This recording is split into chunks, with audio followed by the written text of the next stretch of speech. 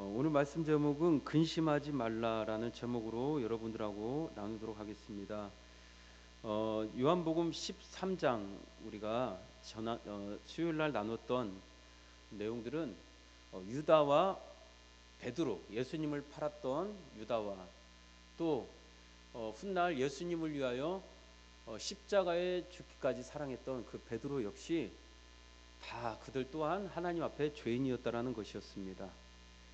그런데 하나님은 그런 선택한 베드로를 어떻게 사랑하시고 또 유기된 선택받지 못한 유다는 어떠한 죽음, 최후를 맞이하게 되는 것인지 하나님의 자녀와 하나님의 자녀가 되지 못한 자를 그렇게 두 명을 대상으로 비교해 주신 말씀이었습니다.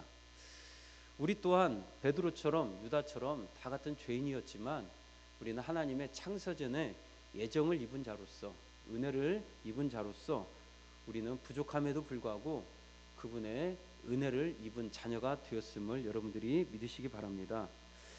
자, 오늘은 이제 14장 1절을 계속해서 나누는데 예수님께서 이제 죽임을 당하시기 직전에 제자들에게 이런 말씀을 하십니다. 너희는 근심하지 말라. 하나님을 믿으니 또 나를 믿으라. 그리고 내가 너희를 위하여 거처, 곧 처소를 예비하러 갈 텐데 그 처소를 예비해 놓고 그리고 다시 너희들에게 와서 내가 너희들을 이끌고 나 있는 곳에 너희들도 함께 있게 될 거야 라고 하시면서 근심하지 말라고 우리에게 말씀하십니다. 여러분, 사람이 평생이 근심하는 삶을 삽니다. 그런데 그 근심하는 일들이 통계학에 보면은 60%가 일어나지 않은 일들에 대해서 미리 근심한다라는 것입니다. 누구나가 다 근심을 하죠. 예전에 할머니하고 할아버지가 사셨습니다. 그런데 그 두 분은 평소에도 많이 싸우셨어요. 성격이 고약한 할아버지가 할머니를 마구마구 괴롭히고 막말을 쏟아 놓았습니다. 할아버지가 평소에 이렇게 말씀하셨답니다. 내가 죽더라도 관뚜껑을 활짝 열고 흙을 파고 나와서 이 할망구를 내가 괴롭혀 줄 거야 라고 살아생전에 할머니한테 그렇게 말을 함부로 하면서 괴롭혔답니다.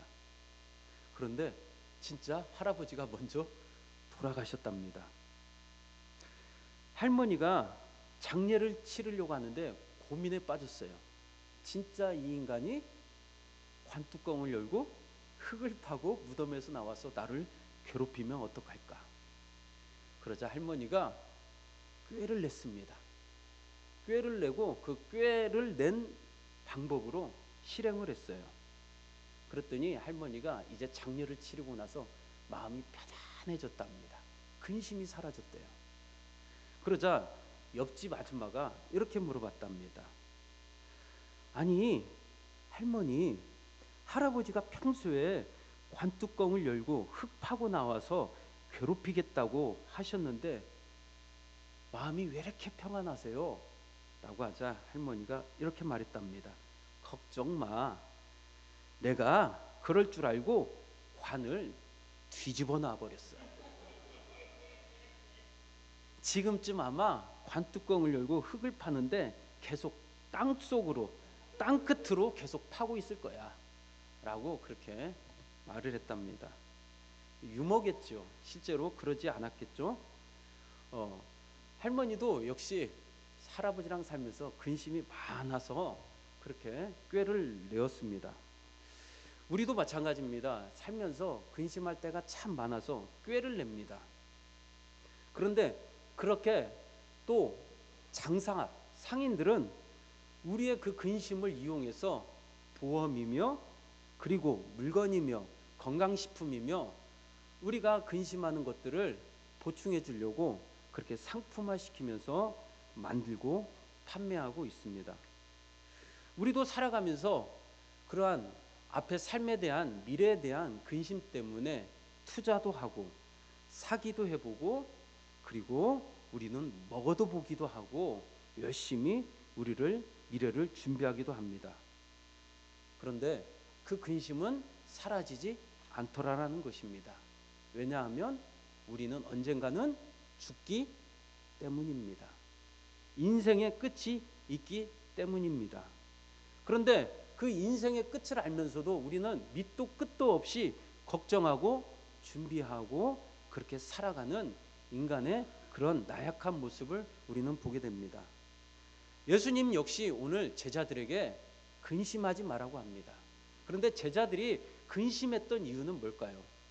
바로 예수님을 지금까지 우리는 믿고 따랐는데, 그리고 예수님을 지도자로 우리는 추앙하며 살았는데, 그 지도자가 사라져버리면은 지도자는 죽겠지만 물론 남아있는 그 제자들과 따르는 잔당들은 어떻게 될까?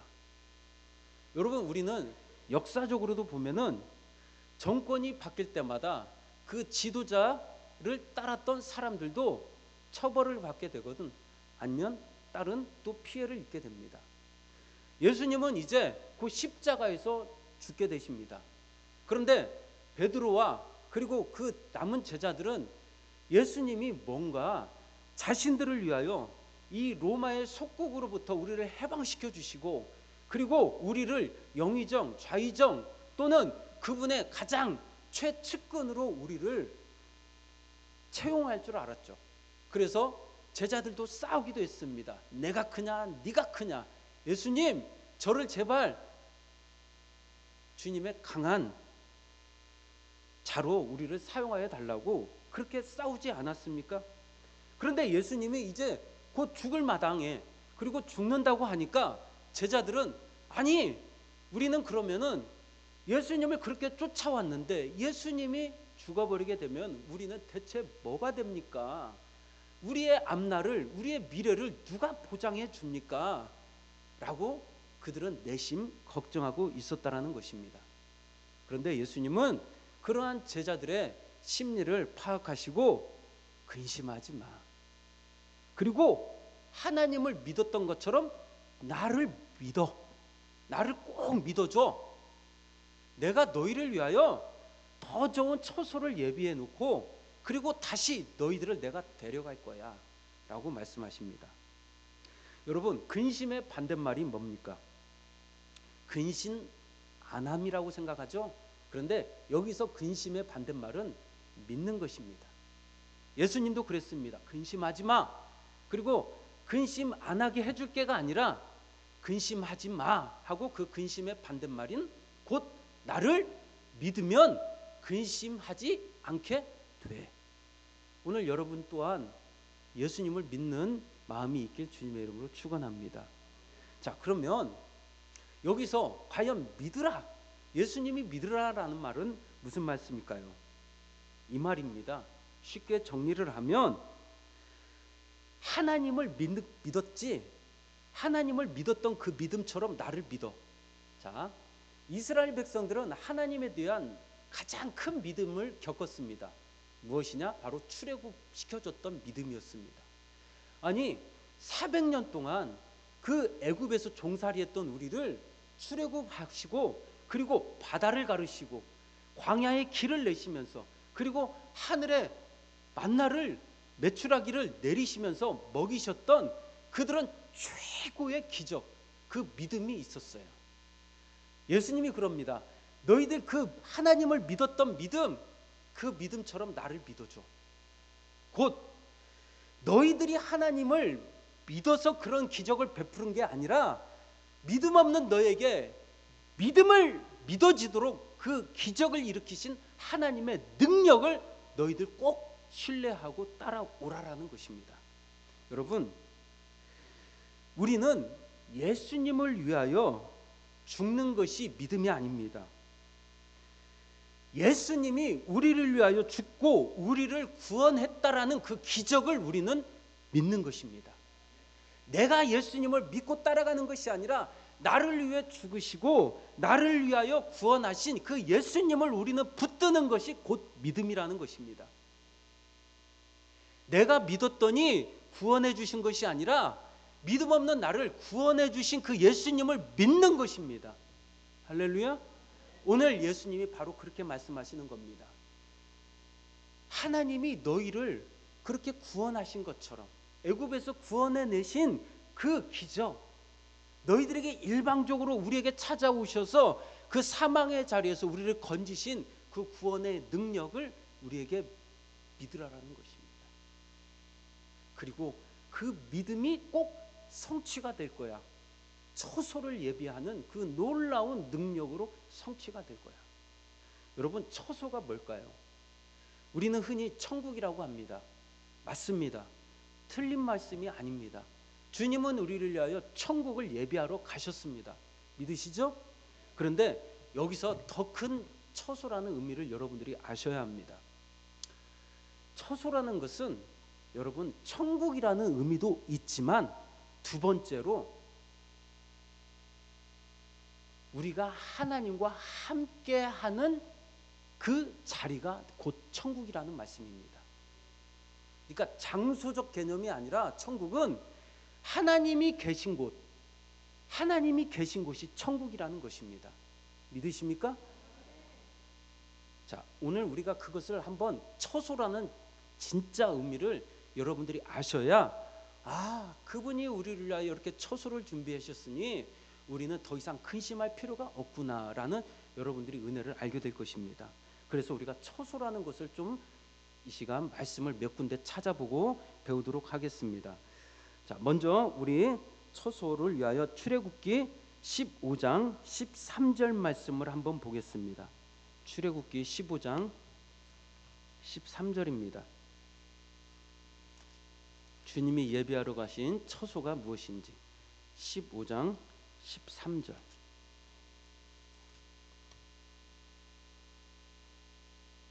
출애굽기 15장 13절입니다. 출애굽기 15장 13절, 구약 105쪽으로 되어 있습니다. 우리 다 같이 한번 말씀을 봉독하겠습니다. 15장 13절 시작. 주의 인자하심으로 주께서 구속하신 백성을 인도하시되 주의 힘으로 그들을 주의 거룩한 처소에 들어가게 하시나이다. 아멘. 하나님이 이스라엘 백성들을 출애굽을 시켰는데 실질적인 가나안 땅이지만 그 가나안 땅이 상징하는 곳은 곧 거룩한 처소라는 것입니다. 그러니까 그들을 구원해 주신 것은 거룩한 처소로 들어가게 하시려고 구원하셨다라는 것입니다. 그리고 출애굽기 15장 17절을 한번 보겠습니다. 17절 시작.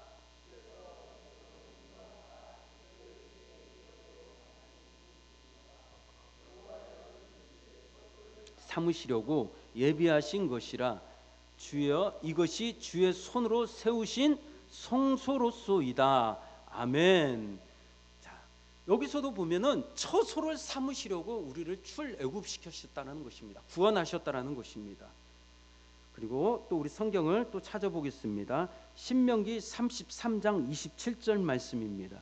신명기 33장 27절 말씀 찾아보겠습니다.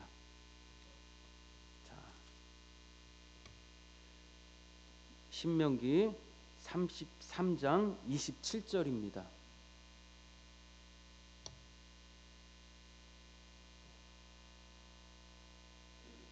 신명기 33장 27절 말씀, 구약 318쪽입니다.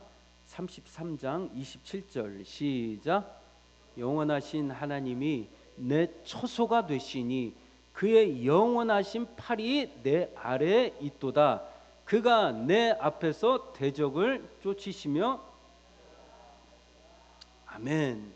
자, 아까 우리가 출애굽기를 말씀을 보니까 그들을 구원하신 이유가 뭘 삼으시려고? 처소를 삼으시려고. 그런데 오늘 신명기 33장 27절 말씀을 보니까 영원하신 하나님이 뭐가 되신대요? 처소가 되신다라는 겁니다. 자, 그러면 이 말입니다. 처소를 삼으시려고 하나님 구원하셨는데 그 처소가 곧 하나님이시라는 거예요. 그러니까 구원이라는 것을 이렇게 말씀하시는 겁니다.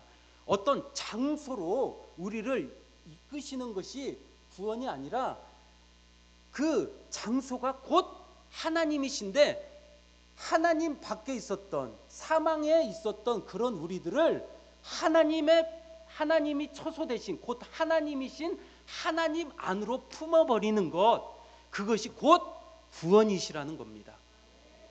그러니까 처소는 영원한 처소이신 누구를 말씀하시는 거예요? 하나님을 말씀하시는 거고, 그 사망에 있던 처소 밖에 있었던 우리들을 구원하사 그 처소이신 하나님으로 끌어들이는 것, 그것이 바로 구원이라는 것입니다. 할렐루야. 자, 그러면 정리하겠습니다.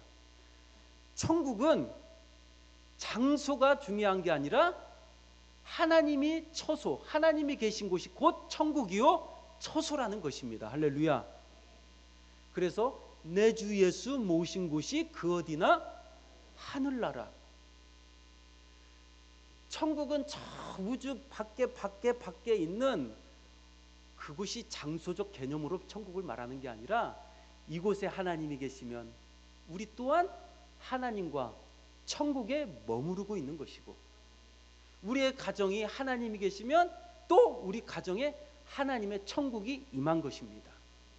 여러분들 안에 하나님이 주시는 자유함과 하나님의 영으로 충만하다면 여러분들 또한 지금 하나님의 나라가 임하신 것입니다.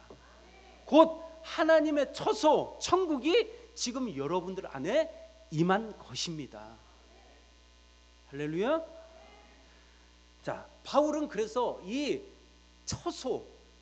처소를 뭐라고 한마디로 정리를 했는지 에베소서 2장 20절 말씀 보겠습니다. 에베소서 2장 20절. 에베소서 2장 20절과 22절. 신약 312쪽으로 되어 있습니다. 에베소서 2장 20절부터 22절 말씀. 자, 312쪽 에베소서 2장 20절부터 22절 다 같이 봅니다. 시작. 너희는 사도들과 선지자들의 터 위에 세우심을 입은 자라. 그리스도 예수께서 친히 모퉁이돌이 되셨느니라. 그의 안에서 건물마다 서로 연결하여 주 안에서 성전이 되어가고, 너희도 성령 안에서 하나님이 거하실 처소가 되기 위하여 그리스도 예수 안에서 함께 지어져 가느니라. 아멘. 아멘. 그러니까 여러분, 지금 그 모퉁이돌이 되신 예수 그리스도, 그분이, 그리고 우리를 위하여 그분을 중심으로 우리는 한 장 한 장 처소가 되어가고 성전이 되어가고, 그리고 우리는 그분과 하나가 되어가고 있다라는 것입니다. 그리고 그 마지막 날 우리는 주님과 완전한 하나가 되는 영화의 최고의 영광의 시간이 온다는 것을 믿으시기 바랍니다. 자, 이제 말씀을 서서히 정리하도록 하겠습니다. 여러분, 예수님은 우리에게 근심하지 마. 그리고 하나님이 너희들을 구원해냈던 것처럼 그 믿음을 갖고 꼭 살아가. 그리고 내가 그 처소를 예비하러 갈 거야. 곧 다시 말하면 그 하나님이 구원하신 그 구원의 끝은 바로 너희와 우리와 그리고 하나님이 하나가 되는, 곧 진짜 처소가 되는 영광의 날이 올 거야. 그 날을 나는 준비하러 내가 준비하고, 그리고 마지막 날 그 예수님과 영광의 날, 연합이 되는 날이 꼭 이루어질 거야. 곧 그것을 우리는 하나님의 형상대로 우리가 다시 재창조되어지고 완전한 회복이 이루어지는 마지막 날이 올 거야 라는 그 믿음을 가지고 살아가라 라고 우리에게 말씀하십니다. 여러분, 우리는 죄인인지라 하나님과 하나가 될 수 있어요, 없어요? 없어요. 그런데 우리가 하나님과 얼굴과 얼굴을 다시 마주보게 되는 영광의 날이 오게 됩니다. 여러분, 나를 너무나도 사랑하는 그 사랑이 너무나도 보고 싶지 않나요? 여러분들의 남편보다, 여러분들의 아내보다, 그리고 우리의 자녀들보다 나를 더 사랑하시는 정말로 우리의 최고의 애인이 있습니다. 그런데 그분이 누구인지 지금 우리는 얼굴을 볼 수 없지만 그분은 우리 얼굴을 다 알고 계세요. 그러니까 얼마나 이게 지금 간절합니까? 아니, 그분은 나를 알고 있는데 나는 그분의 얼굴을 모르네? 궁금해요? 안 궁금해요? 궁금하죠? 그런데 마지막 날 그분의 얼굴을 보게 되십니다. 기대가 돼요? 안 돼요? 되죠? 그래서 성도는 그 소망을 가지고 살아가는 것입니다. 여러분, 우리가 집에서 머물고 사는 시간이 참 길죠. 그런데 그 가정이 내 사랑하는 대상이 없다면은 들어가고 싶어요? 안 들어가고 싶어요? 매일매일 아내가 바가지를 긁고 잔소리를 하고 그리고 자녀들에게 잔소리를 하면은 그 자녀들과 그리고 아내나 남편은 그 가정에 들어가고 싶어요? 안 들어가고 싶어요? 안 들어가고 싶을 겁니다.